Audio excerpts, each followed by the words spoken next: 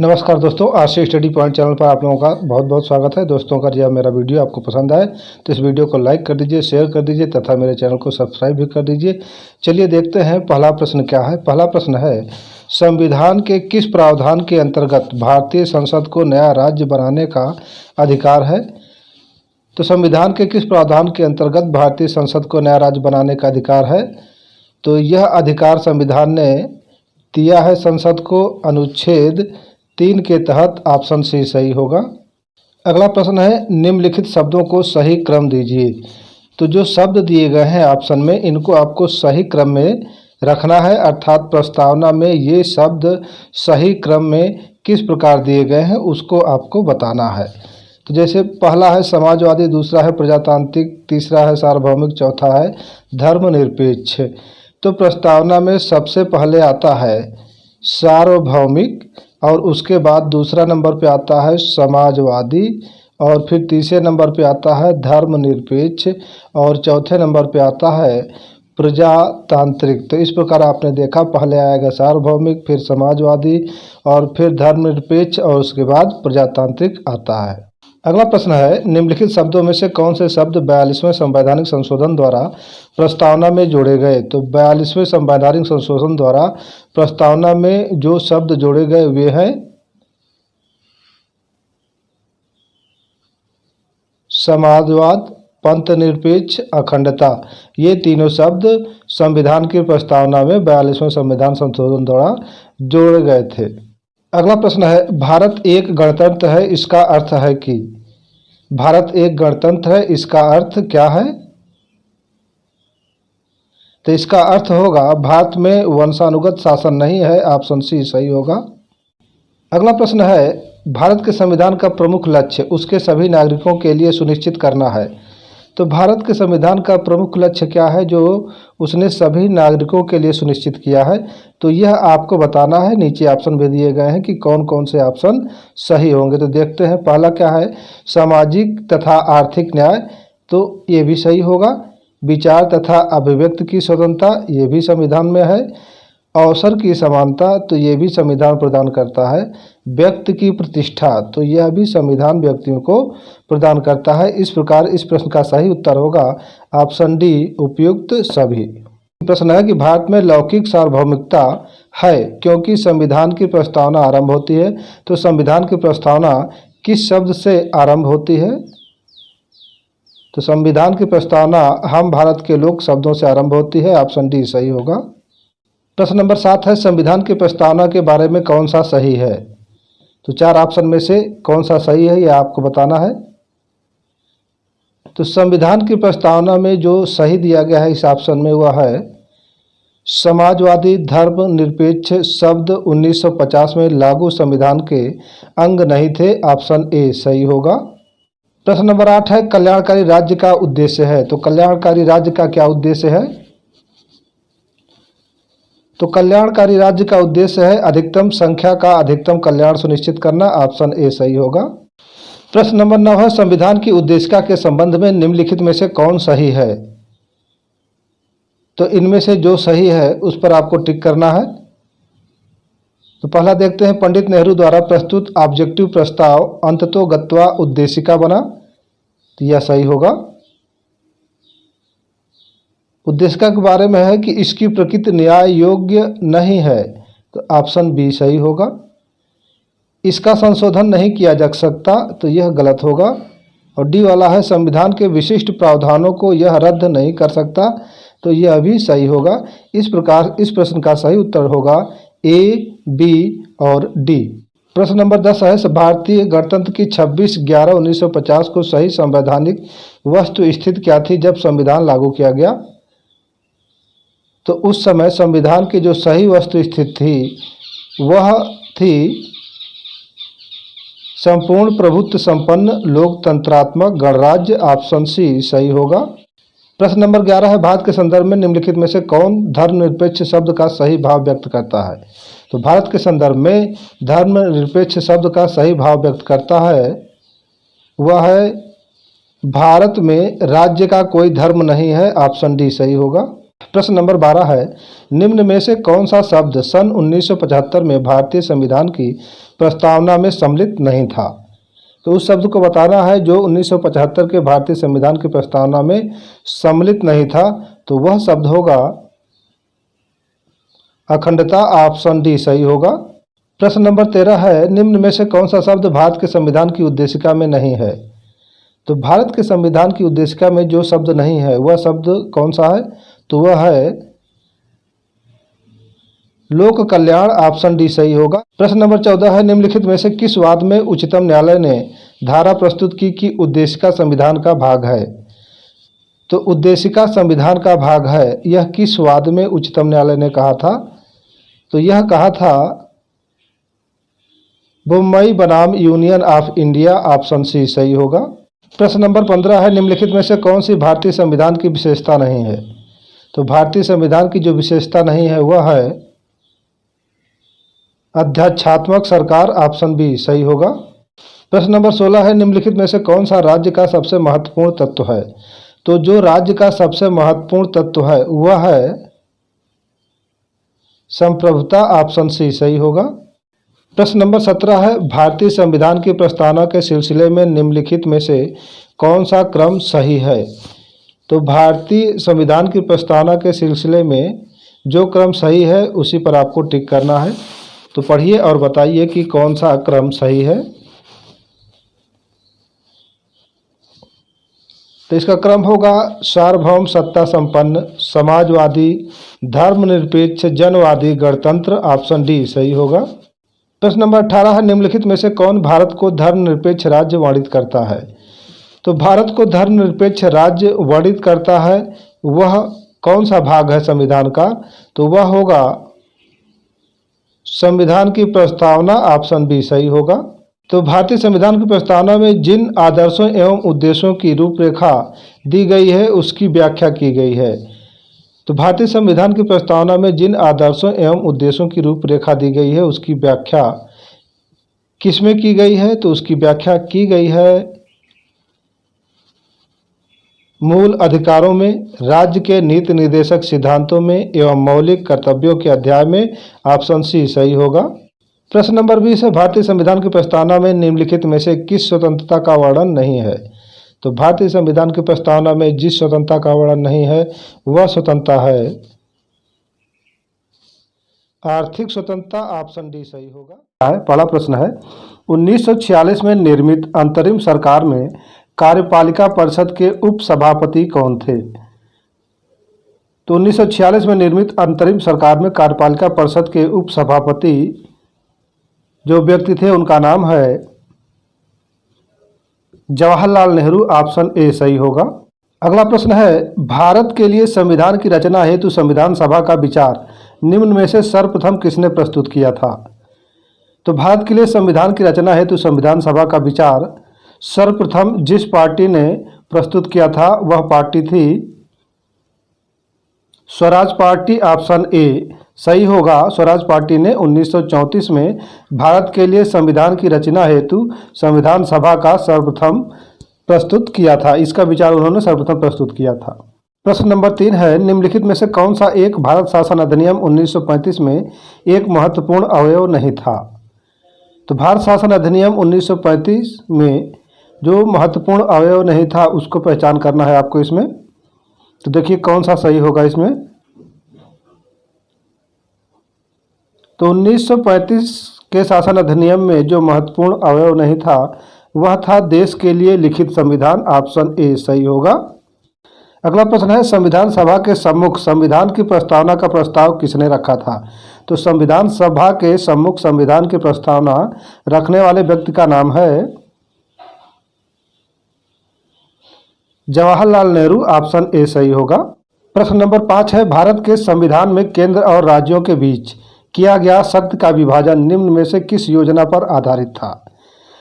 तो भारत के संविधान में केंद्र और राज्यों के बीच जो शक्ति का विभाजन किया गया था वह आपको बताना है निम्न में से किस योजना पर आधारित था।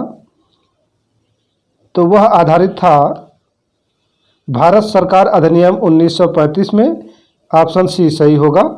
प्रश्न नंबर 6 है, किस वर्ष संसद ने भारतीय संविधान अपनाया? तो भारतीय संविधान को संसद ने जिस वर्ष अपनाया था वह वर्ष है 1950। ऑप्शन सी सही होगा।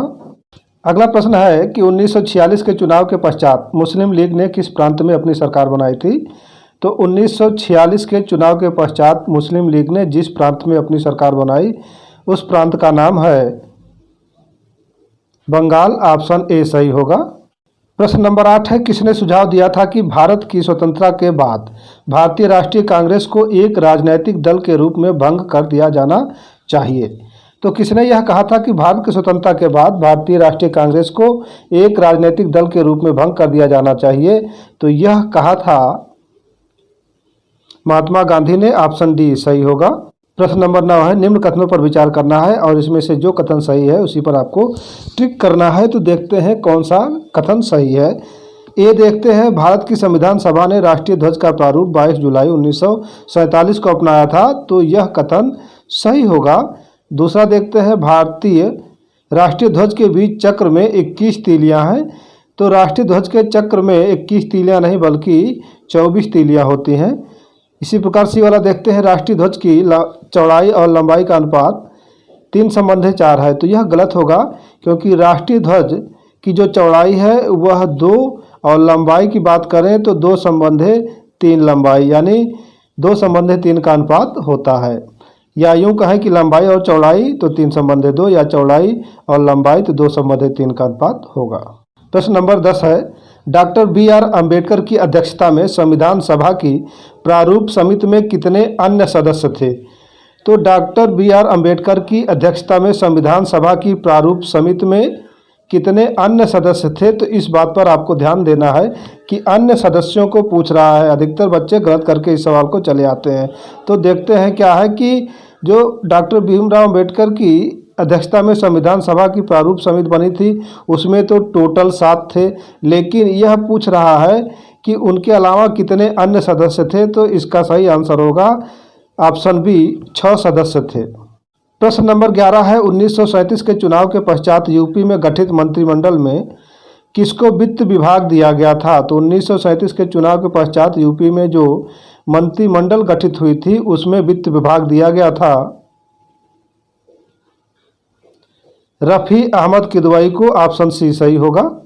क्वेश्चन नंबर 12 है, संविधान सभा ने डॉक्टर भीमराव अंबेडकर की अध्यक्षता में प्रारूप समिति का गठन कब किया। तो संविधान सभा ने डॉक्टर भीमराव अंबेडकर की अध्यक्षता में प्रारूप समिति का गठन किया था 29 अगस्त 1947 को। ऑप्शन डी सही होगा। प्रश्न नंबर 13 है, निम्न में से किस अधिनियम ने संवैधानिक निरंकुशता के सिद्धांत का अनुमोदन किया।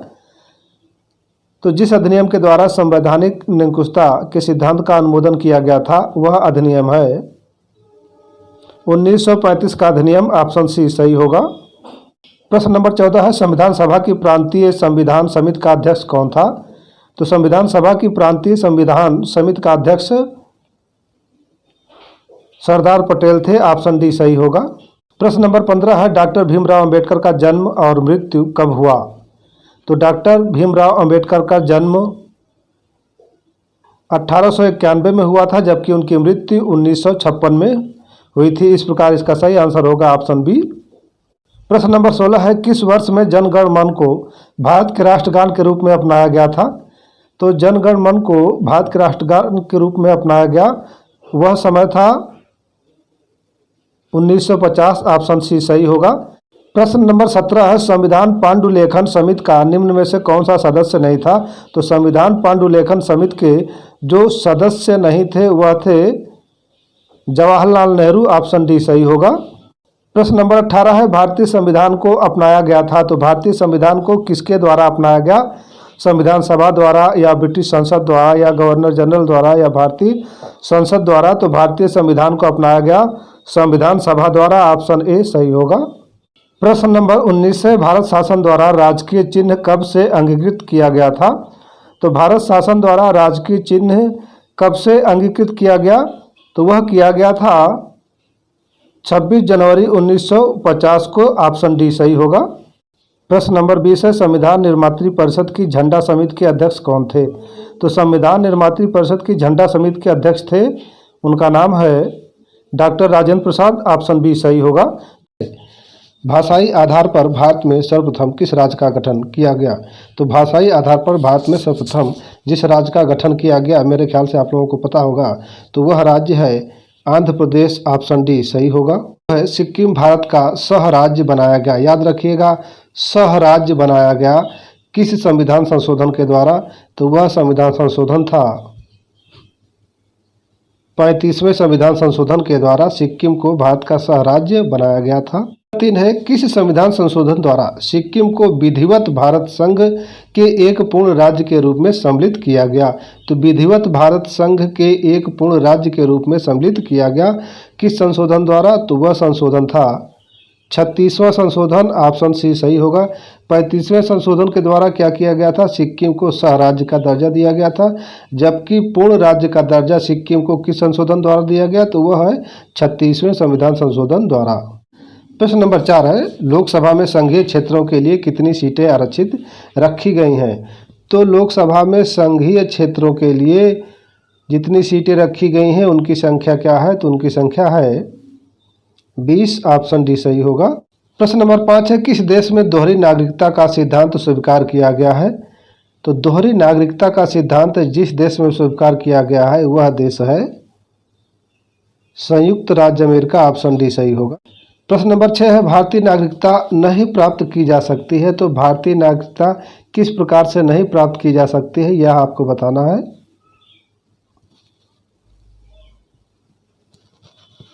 तो भारतीय बैंक में धन जमा करके भारतीय नागरिकता नहीं प्राप्त की जा सकती। ऑप्शन डी सही होगा। प्रश्न संख्या 7 है भारतीय संविधान निम्न में से कौन से नागरिकता प्रदान करता है? तो भारतीय संविधान निम्न में से कौन सा नागरिकता प्रदान करता है? तो वह है एकल नागरिकता। ऑप्शन बी सही होगा। प्रश्न नंबर 8 है भारतीय संविधान में शामिल इकहरी नागरिकता किस देश के संविधान से प्रेरित है?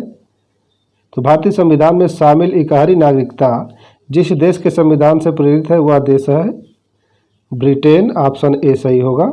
प्रश्न नंबर 9 है निम्न में से किस स्थिति में किसी भारतीय व्यक्ति की नागरिकता समाप्त हो सकती है? तो किसी भारतीय व्यक्ति की नागरिकता समाप्त हो सकती है किस प्रकार से? त्यागने पर या परिवेशन पर या वंचित किए जाने पर या उपरोक्त सभी? तो इसका सही आंसर होगा उपरोक्त सभी। ऑप्शन डी सही होगा। प्रश्न नंबर 10 है भारत के संविधान के उद्देश्यों में से एक रूप में आर्थिक न्याय का किसमें उपबंध किया गया है?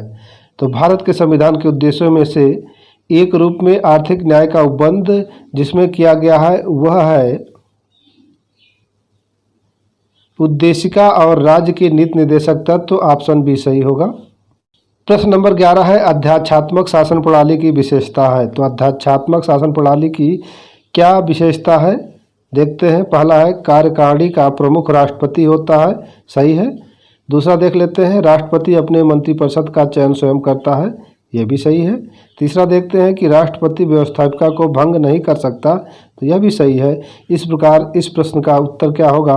ऊपर वर्णित सभी तथ्य सही हैं। ऑप्शन डी सही होगा। प्रश्न नंबर 12 है निम्नलिखित में से कौन एक नए राज्य के निर्माण के लिए संवैधानिक उपबंध नहीं है? तो निम्न में से कौन सा एक ऐसा तथ्य है जो राज्य के निर्माण के लिए संवैधानिक उपबंध नहीं किया गया है?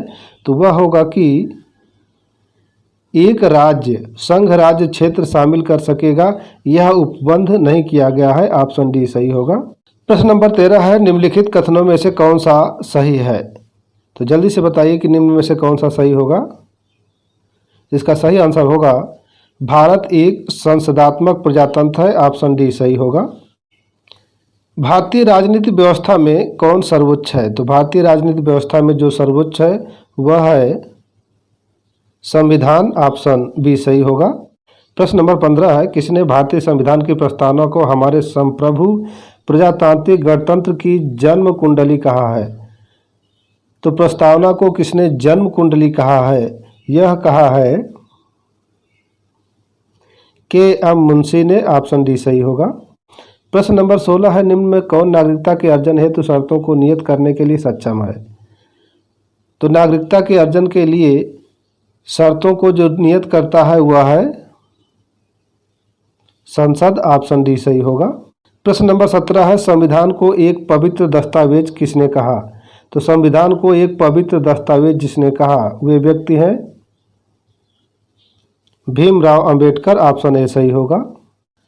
प्रश्न नंबर 18 है, निम्नलिखित में से कौन सा एक भारतीय संविधान का दर्शन नहीं है? तो निम्न में से जो भारतीय संविधान का दर्शन नहीं है वह कौन सा है? तो वह होगा साम्यवादी राज्य। ऑप्शन डी सही होगा। प्रश्न नंबर 19 है, निम्न में से कौन सा एक भारत के संविधान का संघीय लक्षण नहीं है? तो चलिए देखते हैं कि निम्न में से कौन सा भारतीय संविधान का संघीय लक्षण नहीं है। तो वह होगा इकहरी नागरिकता। ऑप्शन सी सही होगा। जबकि भारतीय संविधान के जो संघीय लक्षण हैं ए, बी और डी ये तीनों हैं, और जबकि संघीय लक्षण कौन सा नहीं है? तो इकहरी नागरिकता। ऑप्शन सी सही होगा। प्रश्न नंबर 20 है, भारत में संसदीय प्रणाली की सरकार है क्योंकि?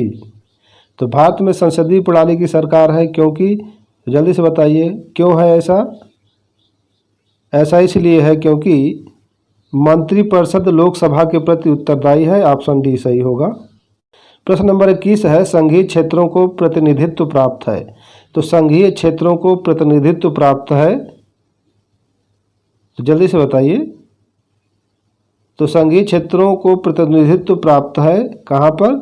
तो संसद के दोनों सदनों से सही होगा। प्रश्न नंबर 22 है, भारत के संविधान में उद्देशिका का विचार लिया गया है। तो भारत के संविधान में उद्देशिका का विचार, याद रखिएगा कि ये उद्देशिका का विचार कह रहा है। तो भारत के संविधान में उद्देशिका का जो विचार लिया गया है वह यूएसए के संविधान से लिया गया है, यानी संयुक्त राज्य अमेरिका के संविधान से उद्देशिका का विचार लिया गया है। जबकि उद्देशिका की भाषा जो है वह ऑस्ट्रेलिया के संविधान से ली गई है। प्रश्न नंबर 23 है, भारत में एक नया राज्य सृजित करने वाले विधेयक को पारित होना अनिवार्य है। तो भारत में अगर एक नया राज्य सृजित करना है तो उसके लिए जो विधेयक होगा वह पारित होना अनिवार्य है। तो वह कैसे पारित होगा? जल्दी से बताइए। तो वह पारित होगा संसद में साधारण बहुमत द्वारा। ऑप्शन बी सही होगा। प्रश्न नंबर 24 है, निम्नलिखित विवादों में से किस में सर्वोच्च न्यायालय ने प्रस्तावना को भारतीय संविधान की मौलिक संरचना का भाग स्वीकार किया है? तो प्रस्तावना को भारतीय संविधान की मौलिक संरचना स्वीकार किया गया है, यह किस वाद में? तो यह है केशवानंद भारती विवाद में। ऑप्शन डी सही होगा। प्रश्न नंबर 25 है, इनमें से कौन सा भारतीय संघ व्यवस्था में एकात्मक तत्व है? तो भारतीय संघ व्यवस्था में जो एकात्मक तत्व हैं उनको चुन करके आपको बताना है और सही आंसर भी करना है। तो चलिए देखते हैं। पहला है शक्तियों का विकेंद्रीकरण। तो यह भारतीय व्यवस्था में एकात्मक तत्व नहीं है। दूसरा है राज्यपालों की नियुक्ति। तो यह संघीय एकात्मक तत्व को निर्देशित करता है। तीसरा है राज्यसभा में असमान प्रतिनिधित्व। तो यह भी संघीय व्यवस्था में एकात्मक तत्व को निर्देशित करता है। और चौथा देख लेते हैं अखिल भारतीय सेवाएं। तो अखिल भारतीय सेवाएं भी जो है वह भारतीय संघीय व्यवस्था में एकात्मक तत्व को निर्देशित करता है। इस प्रकार इसका सही आंसर क्या होगा? 2, 3 और 4। ऑप्शन सी इसका राइट आंसर होगा। प्रश्न नंबर 26 है, भारत के संविधान की उद्देशिका में कितने प्रकार के न्याय की व्यवस्था की गई है? तो भारत के संविधान में कितने प्रकार के न्याय की व्यवस्था की गई है? तो इसका सही आंसर होगा 3 प्रकार के न्याय की व्यवस्था की गई है। ऑप्शन बी सही होगा। अब ये 3 प्रकार के न्याय कौन कौन से हैं? तो एक न्याय होगा आपका सामाजिक न्याय, दूसरा होगा आर्थिक न्याय और तीसरा होगा राजनैतिक न्याय। तो सामाजिक, आर्थिक और राजनैतिक न्याय इसका उल्लेख कहाँ है? तो उद्देशिका में है। तो इस प्रकार भारत के संविधान की उद्देशिका में 3 प्रकार के न्याय की व्यवस्था की गई है। प्रश्न नंबर 27 है, भारत के संविधान के निर्माताओं का मत निम्नलिखित में से किस में प्रतिबिंबित होता है? तो भारत के संविधान के निर्माताओं का मत जिसमें प्रतिबिंबित होता है वह है उद्देशिका। ऑप्शन ए सही होगा। प्रश्न नंबर 28 है, सर्वप्रथम संसदात्मक सरकार किस देश में आरंभ की गई? तो सर्वप्रथम संसदात्मक सरकार ग्रेट ब्रिटेन में आरंभ की गई थी। ऑप्शन ए सही होगा। प्रश्न नंबर 29 है, भारत के संविधान के किस भाग में हम नागरिकता से संबंधित प्रावधानों को पाते हैं? तो भारत के संविधान के किस भाग में नागरिकता से संबंधित प्रावधान दिए गए हैं? तो वह भाग है भाग 2। ऑप्शन बी सही होगा। प्रश्न नंबर 30 है, भारत के संविधान की प्रस्तावना में कितने प्रकार का न्याय, स्वतंत्रता, समानता एवं भ्रातृत्व का उसी क्रम में उल्लेख किया गया है? तो प्रश्न ध्यान से पढ़िएगा क्योंकि इसका उत्तर आपको बड़े ध्यान से देना है, प्रश्न जल्दी समझ में नहीं आता है। तो देखते हैं कि क्या कह रहा है प्रश्न। प्रश्न कह रहा है कि भारत के संविधान की प्रस्तावना में कितने प्रकार के न्याय, स्वतंत्रता, समानता और भ्रातृत्व का उसी क्रम में उल्लेख किया गया है। तो भारतीय संविधान में न्याय कितने प्रकार के हैं? तो न्याय 3 प्रकार के होते हैं। कौन कौन से? आर्थिक, सामाजिक और राजनैतिक न्याय। इसी प्रकार स्वतंत्रता की बात करें तो भारतीय संविधान में कितने प्रकार की स्वतंत्रता प्रदान की गई है? तो 5 प्रकार की। कौन कौन सी? पहला है विचार, दूसरा अभिव्यक्ति, तीसरा विश्वास, चौथा धर्म और 5वां उपासना की स्वतंत्रता प्रदान की गई है। तो इस प्रकार भारतीय संविधान हमें 5 प्रकार की स्वतंत्रताएं देता है। अब समानता की बात करें तो समानता कितने प्रकार की देता है हमारा संविधान हमें? तो 2 प्रकार की समानताएं हमें देता है। कौन कौन सी? एक तो प्रतिष्ठा की समानता और दूसरा अवसर की समानता देता है। अब भ्रातृत्व या बंधुत्व की बात करें तो भारतीय संविधान में भ्रातृत्व एक बार उल्लेखित किया गया है और उसका एक ही मतलब होता है। तो इस प्रकार आपने देखा न्याय 3, स्वतंत्रता 5, समानता 2 और भ्रातृत्व 1 है। तो मिलान करिए 3, 5, 2, 1। तो ऑप्शन कौन सा सही होगा? इसका ऑप्शन होगा ए सही आंसर।